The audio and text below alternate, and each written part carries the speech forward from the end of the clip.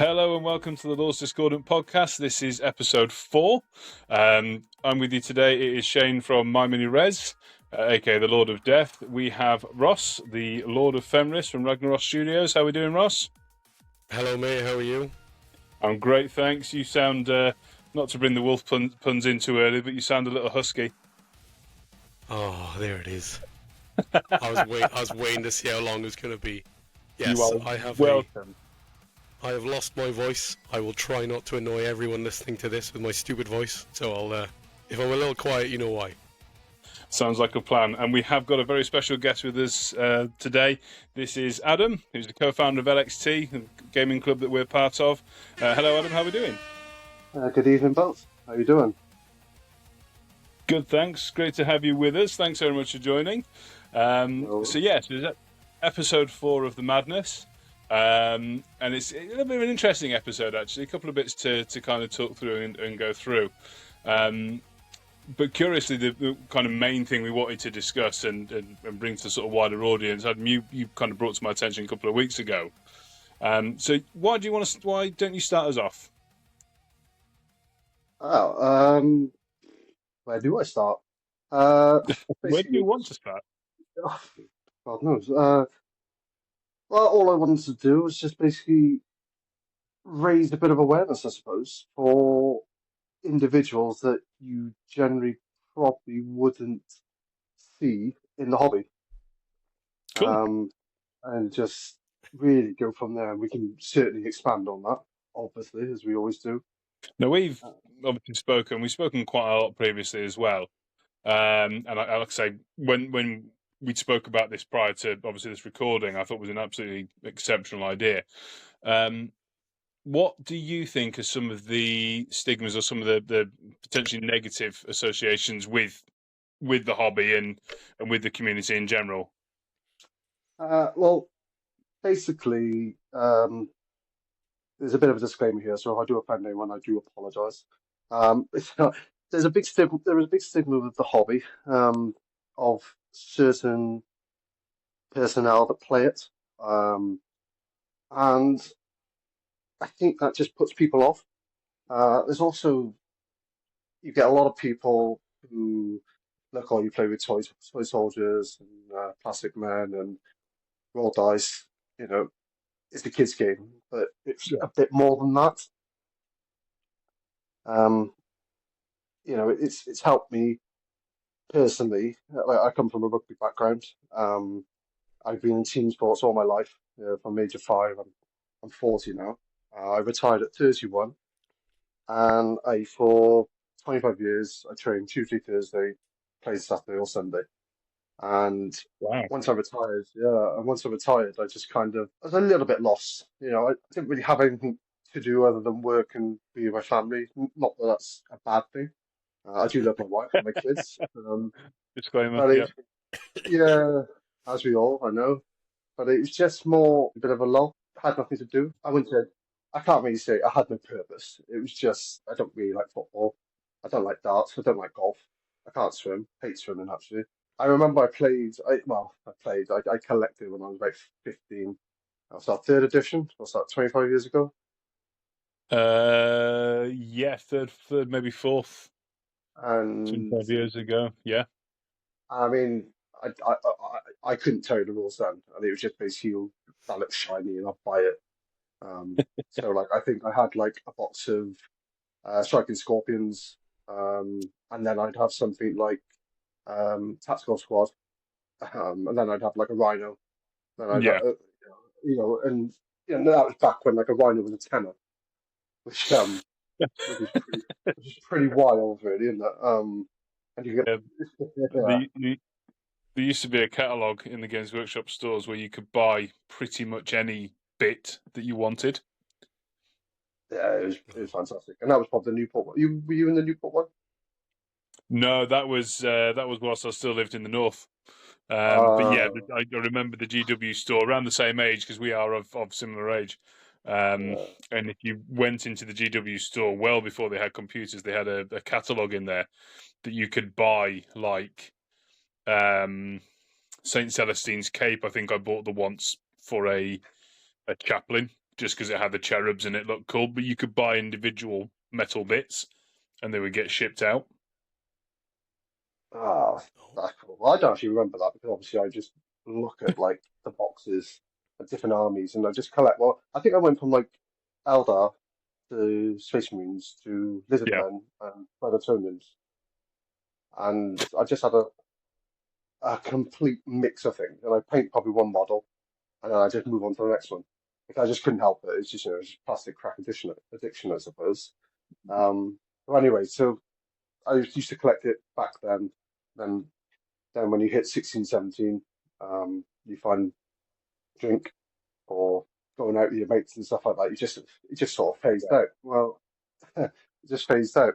Well, about 3 years ago, a friend of mine, he'd come back from Canada after being there for 18 years. And he just messaged me on Facebook. He said, "Hey, how you doing?" I said, "Yeah, great, thanks." He said, "Are you still collecting Warhammer?"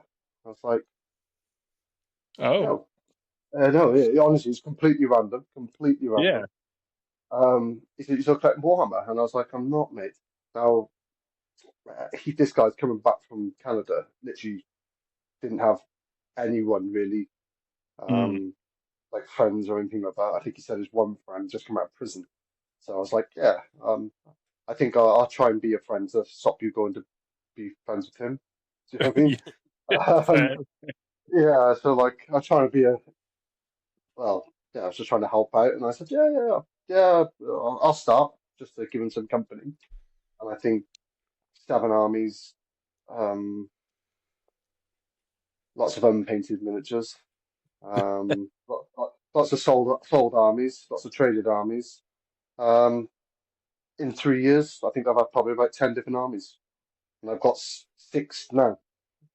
I mean, there is Seven, a I've just got. recurring joke, isn't there, that in within the club and within the groups that we chat to, that Yeah, if anyone's looking to sell an army, Adam's probably going to buy it. yeah, it's pathetic actually, but it's I can't help it. It's just I just enjoy the hobby, and it's probably just Yeah. it is down to that one friend just messaging me. It's like, "You still collecting Warhammer?" I was like, "Well, I can do," so I did. And do I regret it? Yes, but do I go regret it? No, because obviously I've met a lot of friends, I've made a lot of friends, and we've made this wonderful club, which I can get into as well, how that happened. But yeah, but again, we were talking about stigma, and from that message, automatically in my head, it's like, what are the boys going to think? Obviously, Yeah. I'm coming from a rugby background. Literally, every other word is banter. You're ripping each other, you're taking the mick out of each other, and I'm a big boy. I can take care of myself. I can, if someone takes the mick Mm. out of me, I can sort of just fire back at them with something quite witty. Um, or I take my hearing aid out and I just don't listen to it anyway. Um, so yeah, but like I said, over these past few years, I just kind of I don't care really. If there's a lot worse things I could be doing than playing with plastic toys. Yeah. You know, a lot worse things. So if someone does something, or one of the rugby lads try and say something, I do generally just go, yeah, and they literally can't, Yeah. come back at me. They said like, oh, all right then. Well, it was quite funny because from that rugby thing, I mean, I know a lot of people through the rugby community. There's probably a good 10, 20 people who are secret Warhammer players.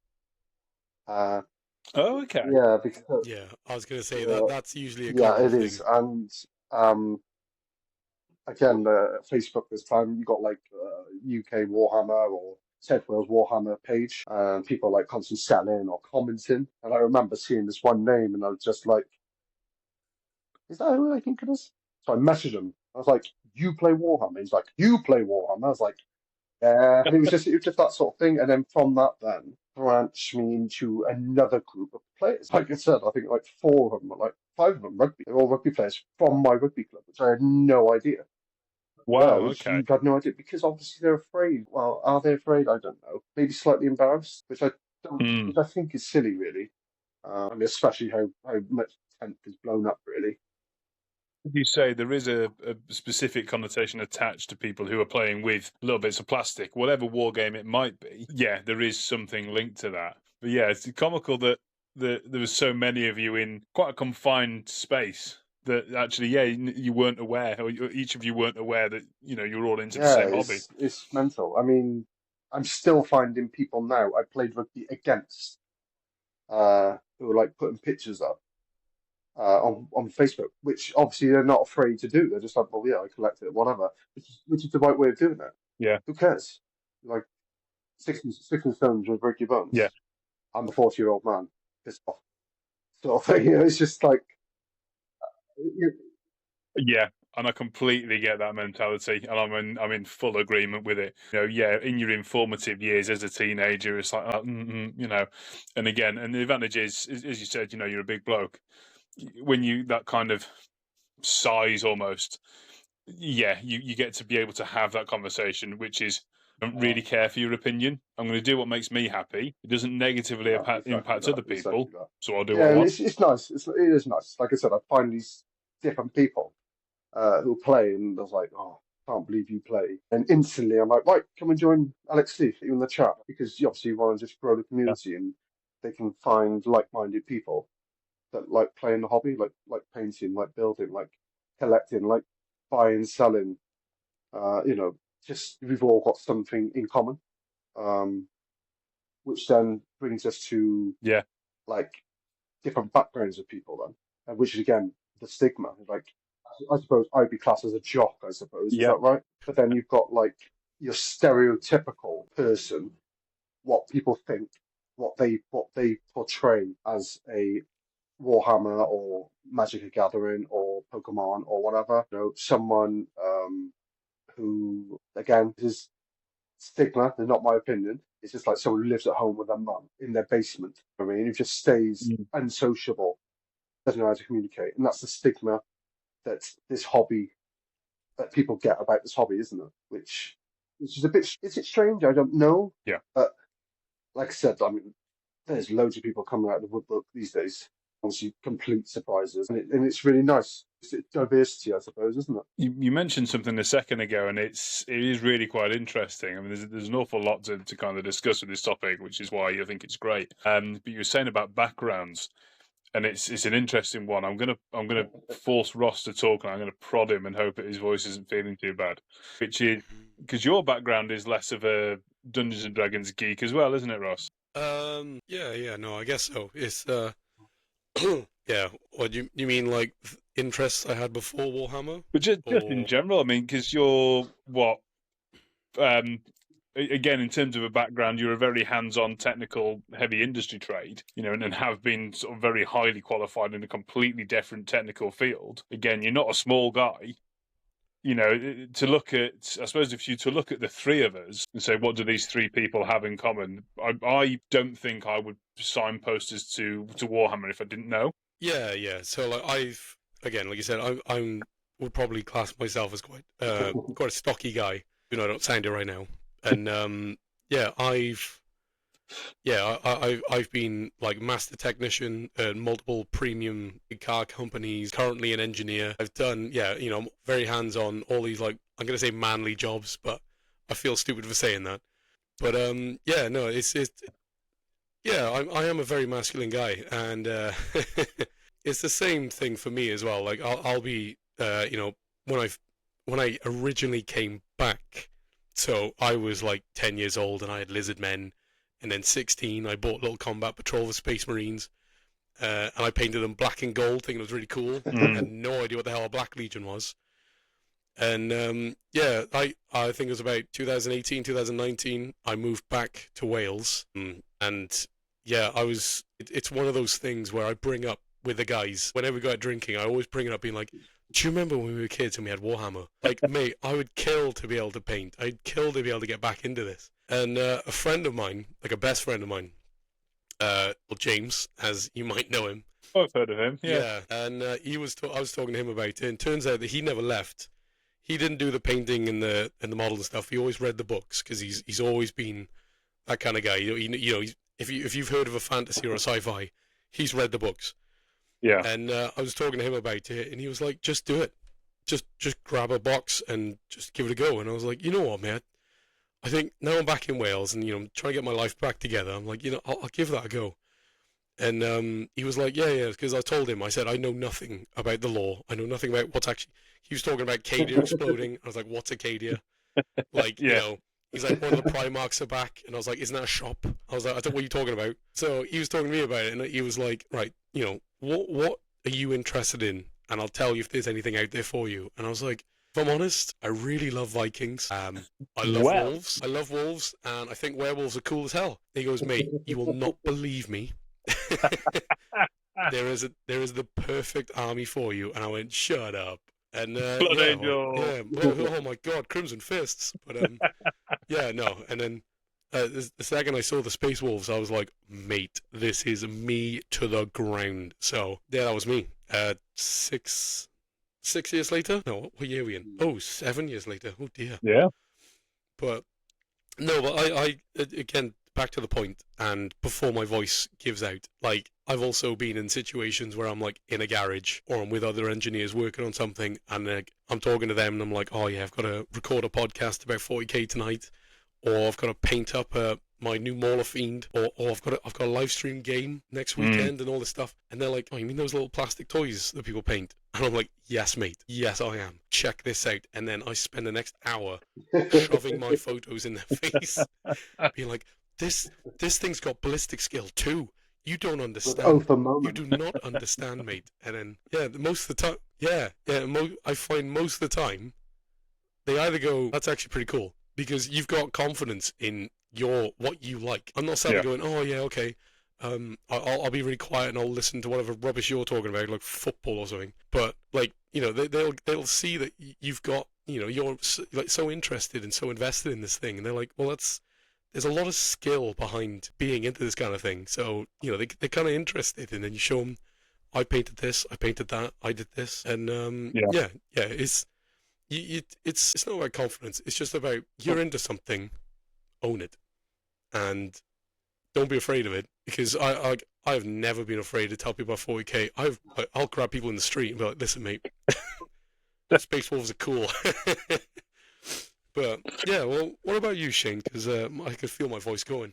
It's time to go. You did well, actually. I'm quite impressed. Yeah, I thank wasn't you, meaning thank you. to stress your voice out. Played it as a kid. I remember, and I have said this on a podcast before, but I walked past a Games Workshop, and it happened to be Gorka Morka that was on the table. Went in, had a go, loved it, and the addiction started from there. And I've played it all the way through, and I've been quite lucky in terms of what I've done and sort of how I've done it. I played as a kid, those couple of years, and then went to high school. Met people at high school. I was still in my infancy in terms of Warhammer and what it was and what it did. That was a 3rd edition box set.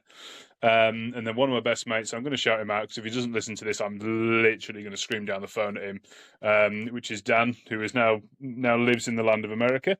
But we just like really connected because we were both into it, and we absolutely loved Warhammer. So that kind of drove me through high school. And I think the thing with that is that I was always, I'm not a small bloke either. And from quite early on, I was dead set to joining the forces. It didn't happen, but that was the mentality.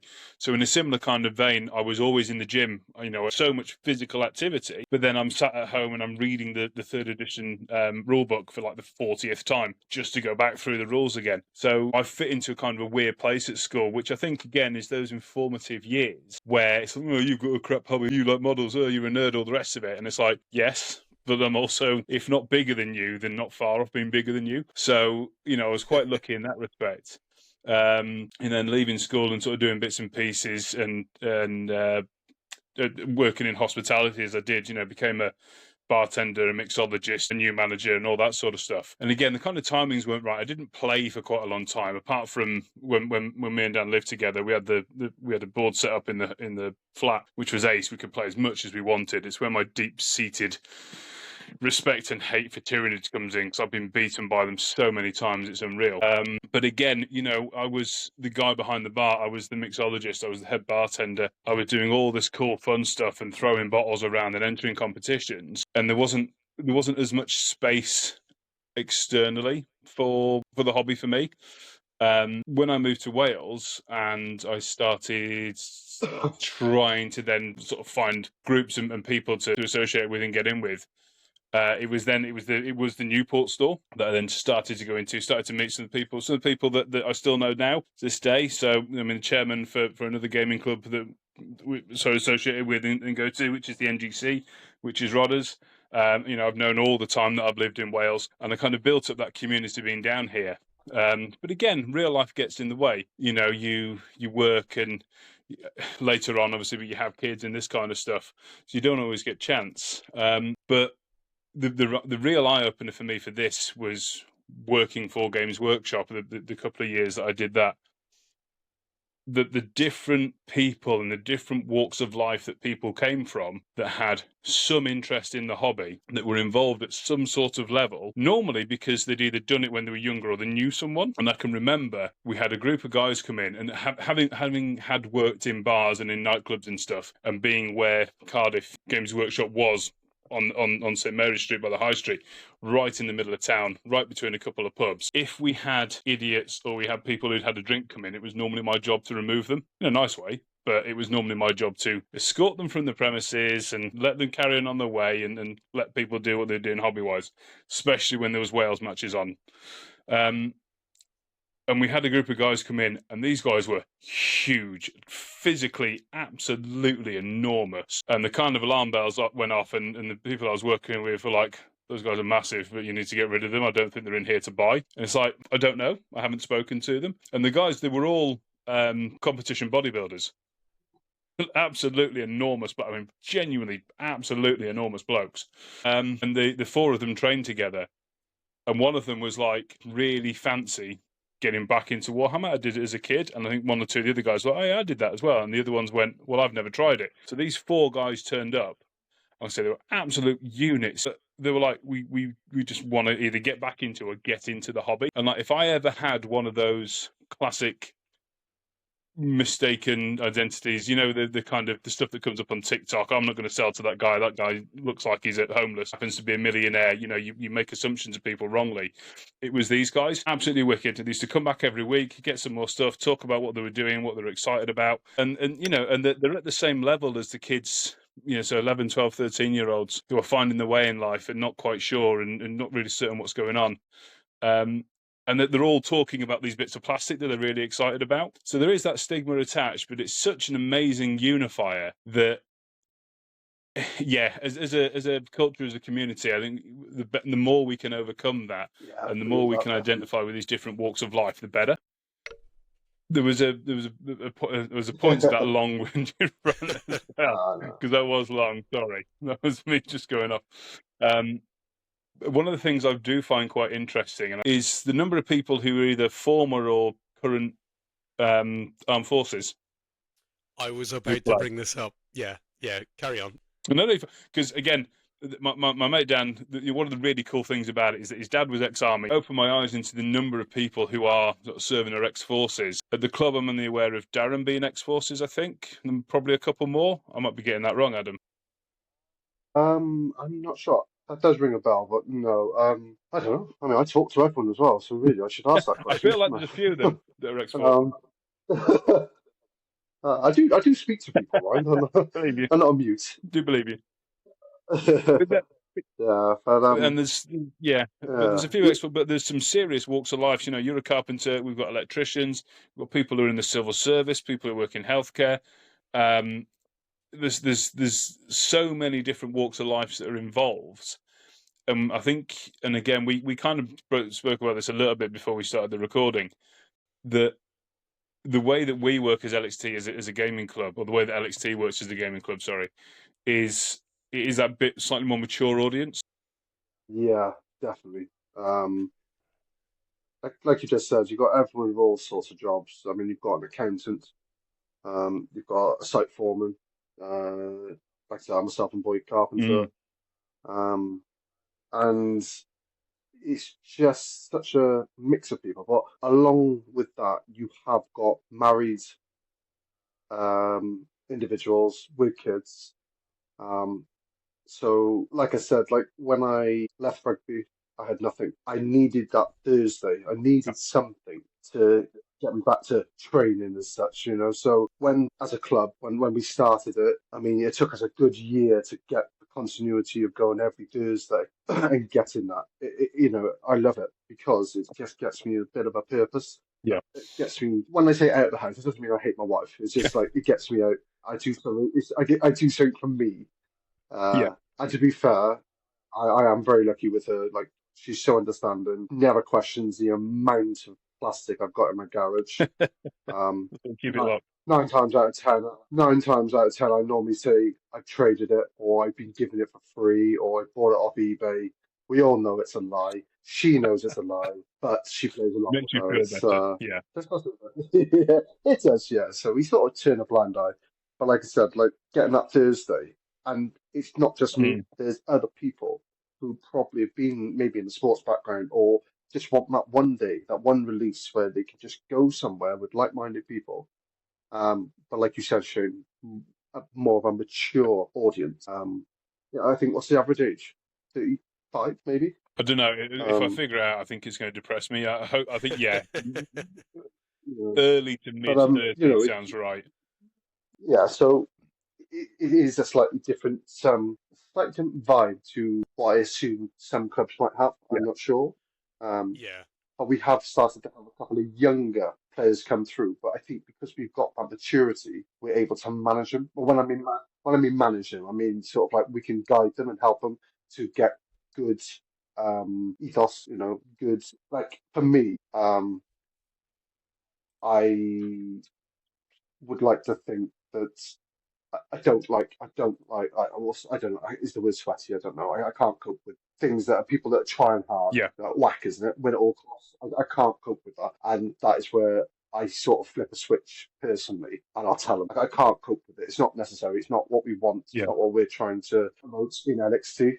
And you get that from all clubs, all associations, all memberships. You always get, and it's generally people who are younger who haven't had the same life experiences, but not always. It's a bit of a generalization. The kids that were coming up through the rugby clubs that have been spotted as the next, so they are competitive. They've got a drive, but also they've been told that they are at a high level, that they are good. So they've either got something to prove or potentially, and this might, again, in terms of an opinion, there might be a little bit.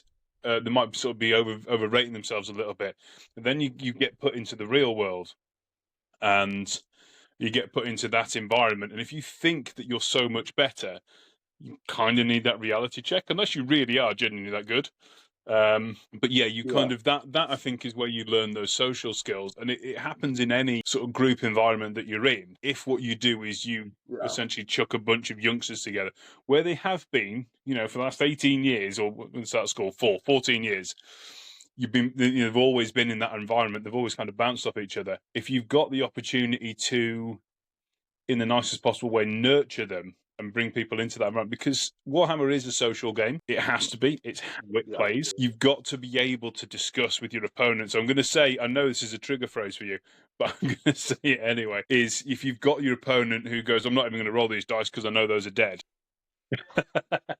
Yeah, I've had games like that before. And it happened. It happened with me. And I lost my head. I couldn't help it. I think my response was, I'm deaf, not blind. Yeah. So it was just I'm friends with the guy now, but it was just, I think there's a bit of pressure in the game. Yeah. And I think there was a couple of external things going on with him, and when he did that, oh my God, I was horrible. I'm sorry, I shouldn't have been, but I just couldn't. If someone is, it wasn't what he said. It was more the manner. And so if that was on a pitch, that would probably be a yellow card. If it was that type of environment, and that was the manner that player conducted themselves, there would be something there. We can't, you can't have a referee for every single game. You've got to self-referee and referee your opponent, and it's. I thought you were going to say yellow card for me, so I would have punched him. Just going to sit in the sin bin for a little while. But no, but Yeah, again, sorry. it's self. And again, it is, as much as it is a game. Yeah, if you're losing or you're not doing well, the dice aren't going your way. You do get salty about it. You do get frustrated.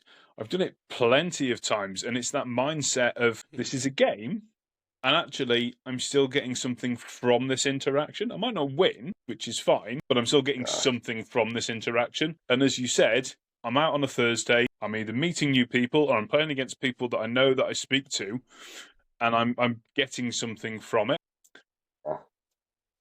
That's it. And like I said, it's sort of trying to encourage people that want to try the hobby or actually are playing the hobby, not to be afraid that, we're all there. We're all in the same boat. It doesn't matter. It really doesn't matter what people think. It doesn't affect their life. It does not affect their life whatsoever. And if anything, probably a bit possibly jealous. so. And we're really good for it. And again, the gaming club that I've been part of, it has been good. I have been the person that stood there in the doorway holding my army, looking at a group of people that I don't know, going, did I make a mistake here? Am I in the wrong place? We have got a massive advantage with that in terms of how welcoming, especially the LXT members are. And Jake and James at the arena that we play at as well, in terms of how encouraging that environment is. But also, you look at the people that we've got, and just from a hobby level, sat on this call now, we've got a tournament organizer and we've got a commission painter just sat talking to me. Which one's which? Well, I don't know, but. I'm not a commission painter. But just as part of that conversation, co-founder of a gaming group which regularly hits, just under 40 members every week, every single week. Like I say, and a commission painter who has done some of the most incredible artwork I've seen. Another member of the team who's not on today. He's not feeling particularly well, is another high-level commission painter. I've probably learned more in terms of playing not only Warhammer, but playing Blood Angels, who I've collected for probably the best part of nearly 30 years now, since my time coming down to LXT, because I've played with other gamers, but I've also played with other Blood Angels players. And it's that drive and it's that culture that has been built, which you do see across so many other places. And again, shout out to all of the South Wales sort of teams that we know and we're aware of, and that we do have in terms of gaming group, we do have a connection to things like the Vale Renegades and stuff like that. But that is the culture that's being built, and I know it's no secret to kind of mention it because Andy's mentioned it on the Tabletop Alliance 40k conversations as well, in terms of how Team Wales as a national team for Warhammer want to represent. It is that grassroots. It is getting these people into these environments and getting them playing games and getting them comfortable with it, and everyone developing and getting Warhammer across Wales to a better standard. Where we're on the border, we've got access to the guys like the Bristol Crusaders. We're so close to the line for England. We've got that opportunity to kind of mix it around and change it up a bit. And I think what was the last LXT tournament that we had, Adam? So we had the Winter Cup. I think we sold out. We had Milton Keynes. We had a couple of stragglers. I think the guy from Milton Keynes won it, didn't he? I can't remember what his name was. I think he's Milton Keynes. But yeah, he had orcs. Young as well, fantastic orc compared to. Oh, that. Yeah. Oh my God, his orcs was stunning because he won Best Painted as well. Yeah. He did say that his family live in Llanelli, so he said, "Oh, just." He was really nice. He was a really nice guy, to be fair. I mean, yeah, down this way, but yeah. So, and again, someone that we don't ordinarily get within the sort of the normal gaming group who's coming down to the tournament and getting the opportunity to sit, because I completely forgot until you said the orcs, and then we went, yeah. And again, it's that culture, it's that community that we've built. And the last tournament was met a Mike from Tabletop Tactics. Conversation, like the sound of what was going on, joined and played, and by the sounds of it, I didn't get a chance to meet him. Played some absolutely wicked games. Andrew met yes, yeah. And then because I played him like a week after, and I beat him, and I was like, oh, I beat the guy that beat Mike, and then found out he had a random list of he's never played before, and I was like, oh, never mind. So yeah, in terms of that culture and that community, there's so much to it the chances are there is an option everywhere. And again, you find them in the most random of places. You know, again, my background is health and safety. That's what I do. I'm a health and safety consultant. I do boring things like I inspect people's doors and fire doors to make sure they're safe. And the number of times I've gone to check someone's, say, flat door, and there's been some kind of hobby paraphernalia floating around, and it might be models on a shelf, it might be a couple of Horus Heresy books just on the side. It's just the odd glimpse that you catch, and you're like, oh, you like Warhammer, or you're into and you have this whole conversation about it, and it's just purely by opportunity that you kind of get these in. So again, and then it's like, well, I may not live in the local area, I may not live where I'm working. I know that there are clubs around, and it's just the hope sometimes that you're going to run into someone. And I know that some of the really top level guys do it. You run into someone that you've played against, or you've had, you've spoken to, that you haven't seen for months, or you only speak remotely because you are miles and miles and miles apart. But you've got this one unifying thing, which is Warhammer, and the potential to do that globally it's absolutely incredible, and it speaks a lot for the passion that people have for these little bits of plastic, that it does this. But also, I kind of wanted to twist this a little bit. You're saying about getting out and about on a Thursday and making time for yourself. I think there is a huge thing in terms of mental health and well-being, and the potential positive aspects the hobby can have on that. And there's obviously lots of different reasons to the mental health, and then it affects your confidence, doesn't it? And socialization, and just having that bit about you to just talk to someone. So the hobby, like I said, Shane, you stood at a door with your models. Like, you probably had a bit of like, oh, who are all these people? And you had to speak to someone. But if we can help someone who struggles, if we help someone who struggles to speak, or completely new to the hobby, or just completely new to the group, like I said, I'm quite a social guy. I'll talk to most people. I'll talk to anyone really, and I'd like to think I can go and make someone feel comfortable, and maybe that might make them feel a bit better about themselves. So I don't know what's going through their head. And it is a big thing, like I say, that the little bit of anxiety of being stood there with my models. Am I good enough? Do I know what I'm doing? Can I play? And like I say, I've managed nightclubs. I currently knock on people's doors and say, "Can I make sure you're not going to burn in a fire, please?" I have to have that level of interaction with people, and yet, I'm stood there, and I'm stood, and I'm like, and I think it's because it means a lot. It means a lot to me personally. It's something I've done for a long time, and I've got a lot of really positive memories about Warhammer and stuff. That I don't want to mess it up. So you put the pressure on. And then the really nice bit is that when you get to play someone who maybe haven't played before, and especially someone who maybe hasn't played a lot, you then get to have that conversation with them and say, listen, I'm not playing this game because I want to win 100 points to nil. I'm playing this game because it's a game. I want to have a good time of it. Yeah, so we're kind of like, as a club, we've got like a leadership group, as I call it. So we've decided now on a club, we have a Discord, and people put their name down: match, casual, beginner, XYZ.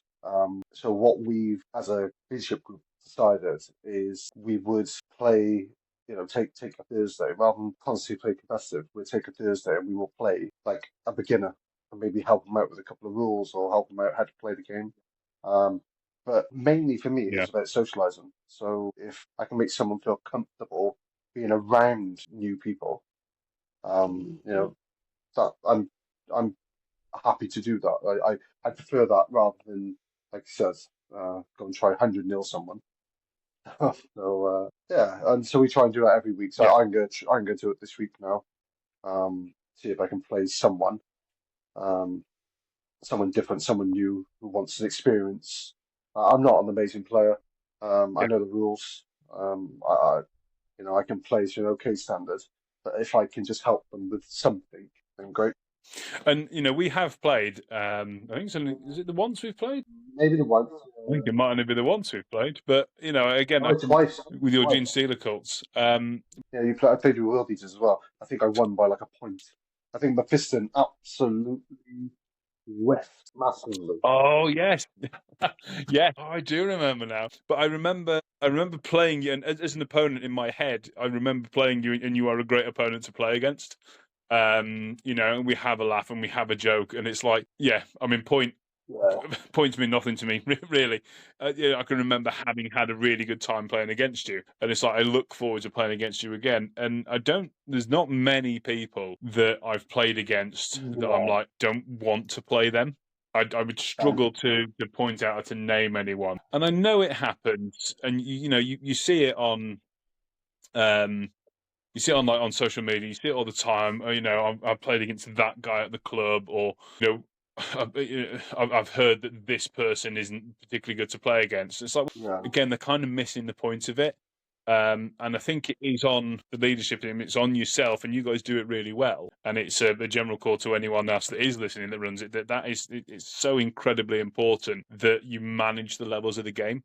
If you've got someone that's that guy who wants to 100-0 everyone, fine. They need to be given the right kind of opponents and the right incentive to play. Otherwise, it stagnates and it becomes nasty, and then it just becomes that person. But yeah, you need to step it in then with people who are new or maybe doing a bit more.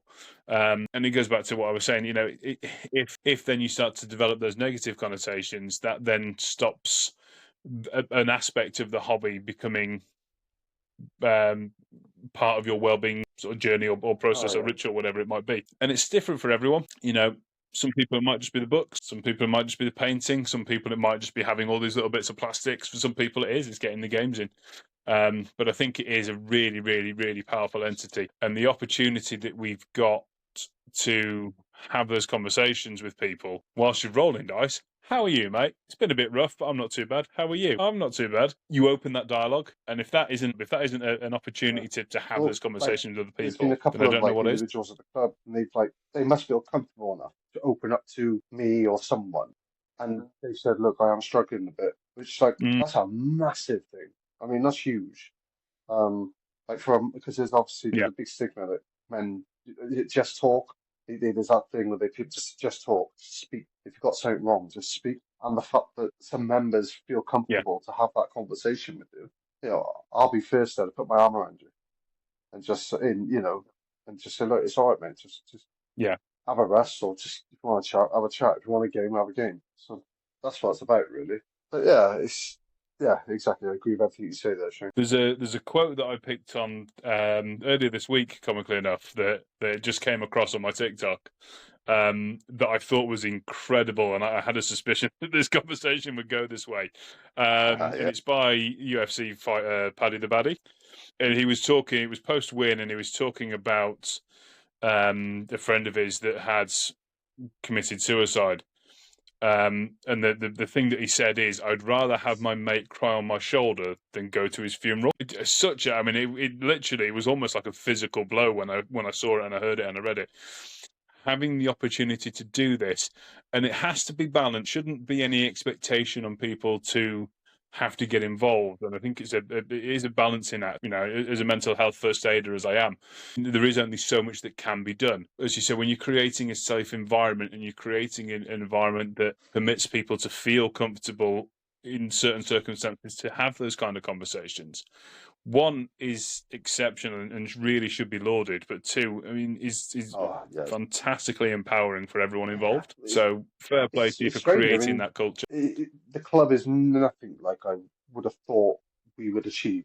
It started with 2 people, just me and Matteo started it, and then somehow we've got to where we are now. And like I said, I'm just happy that, like I said, Shane, I wouldn't have met you. I wouldn't have met you. When I spoke to Ross, it turns out I went to the same school with him. Yeah. It was no way, really. It's like small world. I mean, I obviously am a couple of years older than him, but yeah. And then I realised how old I was when I was saying that. You know him. I think you were the captain of the rugby team just before I started, or something. Not a coincidence. How strange. And it's stuff like that. I mean, although he's taken a step away from the professional stuff, one of the former Team Wales members, which is Ben, me and him worked together in nightclubs. I had I know I've sat in the same room as him reading White Dwarf, and there's not been a conversation about it. And then years later, we've had a chat, and he's like, oh, I play. And I'm like, oh, cool. And someone's like, he plays 4 Team Wales, don't you? No, pardon, excuse me. And it's like, what on earth? Or like, again, different environments. One of the guys at the club, Kay, turns out that we were both working on building the ICC Wales at the same time. Again, it was a random conversation that came up, and it was something on the lines of, it's because the GW Open is coming to the ICC Wales, and it was something on the lines of, I happened to say I know every inch of that building because I used to sit next to the floor plans. He's like, well, how do you mean? I went, well, I was Bar's manager, and he went, oh, because he was part of the interior decks team, so he was there at its inception, as was I, and we were going through, and it was just a real weird moment where we stood with the toy soldiers. We weren't even playing each other, but we're just having a conversation about something else that linked. So again, having that community, having that environment, if you've got access to that, has all these potentially really, really positive sort of connections. And again, different people from different walks of life. What we don't do is we don't ask the accountant how to do accounts because he hates it. But we've got, we're next to a mixed martial arts club, so there's the scope there. One of the guys who is a competition bodybuilder, I know he's had conversations with people about sort of health and well-being and dietary. That again, you would probably pay a fortune to get that access to, but that's the culture that that LXT's created. That's the culture that we're part of, and again, I think that's exceptionally rewarding. I mean, I won't be a competition bodybuilder anytime soon, but it is what it is. Oh, I thought you were. Thank you. What's next for LXT? What's next? I don't know really. I mean, like I said, we've got a really good leadership group. There's 6 of us in there. I mean, we've got some really good roles in that thing. I mean, we've just recruited the new food orderer for Thursday night, Josh Scott. So he's a just well done, Josh. Congratulations. Probably one of the most important roles we've got. So that was probably what was next, actually. But yeah, I mean, I'm reaching for the stars now. Well appointed. We do 4. We have, yeah. Me personally, we've got a new edition on the way. My personal goal would be, I just want, like we've said it a couple of times, create that, not so much a safe space, but just more like a community. Very cliche of me to say it, like a family. I want everyone to feel comfortable around everyone. I want everyone to be comfortable to play everyone. No bad feelings, no hard. I know it's very hard. I get it. Yeah. I think we're doing a pretty good job. Like I said earlier, HQ picking to play beginners new to the club. That then gives us a little foundations, I suppose, to lay and so they know our expectations. I remember we had Chris and Rachel. They came to a tournament. They were really nervous. I got on them. I got on really well with them, but like they were so nervous. But like I think it's been 2 or 3 months. I think they feel part of the furniture now. So they kind of like they feel really comfortable in the club, and that for me is really rewarding. That's for me. It's more to keep building the community. Like I said, we're non-profit. We don't make money. We don't want to make money. We just want to create that environment for people that want to play. Just let go, I suppose, isn't it? Just want to get away, escape from the real world. I mean, at the moment, it's a pretty shit place at the moment. So, just exactly. Everything's costing an absolute fortune, and I know you can find money for plastic toys, but still, it's it just gives you that exactly, and you just kind of like want people to come, just escape from reality, chat to new people or people make friends, lifelong friends. Really, that's my goal. I mean, at the moment, we run 4 tournaments. We're doing like a series. We did 4 tournaments last year. That went from 2 years ago. We did the first tournament. It was 14,000 points. Then we did like a 3-month tournament because we understood how difficult it was for people to commit, families and things like that. And that worked quite well. Yeah, and then we found like a venue. We ended up, I think we had like 8 come to club night. We did that for 3 months, and then Dragon Vault. We went up from 8 to about 12. Did a 20-man tournament when I first met you, Shane. And to be fair, that was my first appearance. For that tournament to work. I think I was quite focused on making sure it worked because I knew that was that next step. We had to make it perfect, and I'd like to say we ran it quite well, considering we didn't really have the experience. I'm not blowing smoke up my arse, but we had some good reviews, I suppose. We are conscious. And you've gone from that sort of 20-man tournament Sold to out. what would you say? What did you say the figures were at the last event? So yeah, it's a double. Yeah. So straight off the bat, it's a double. So when because we're running slightly short on time, when is the next event? What's the next event? Can you plug that one for me, please? That's the next one. That's a 1 day, 2,000 points, 3 games. Oh yeah. On the arena website. So Tickets available for hopefully we're going to sell out on that one. And we will put the link on. Alan, it's been an absolute pleasure having you. Thank you very much for joining us this evening. Ross, thank you very much. I hope your voice is going to start feeling better. Yeah, sorry about being so quiet. I had many points I wanted to bring up what you guys were talking about, but I didn't want to torture everyone. You might have done better than me ranting for however long I wound up chanting for, so there we go. That's the way it is. Yeah, maybe next time I'll host and try and... just mute me. That's going to be much easier. There we go. No, it's been an absolute pleasure. Thank you both very much. A really interesting, really in-depth, really detailed topic that we talked about. And again, there's going to be points in this, and we didn't even touch on half of the stuff that I had written down. We kind of went on a different tangent. If anyone's got any thoughts and comments, anyone wants to put any of their own experiences across, please put the comments on. We're on Instagram, obviously we're on YouTube, we're on Spotify, whatever format that you want to do. You can give us a like, you can give us a subscribe, let us know that what we're doing is good. We will continue to do it irrespective, but it's always nice to have that feedback. And again, for those of you that are members of local communities and local clubs, make sure that you're putting that point across. It's not a money-making scheme. There is something for it. We've been the Lords Discordant. We'll see you next week.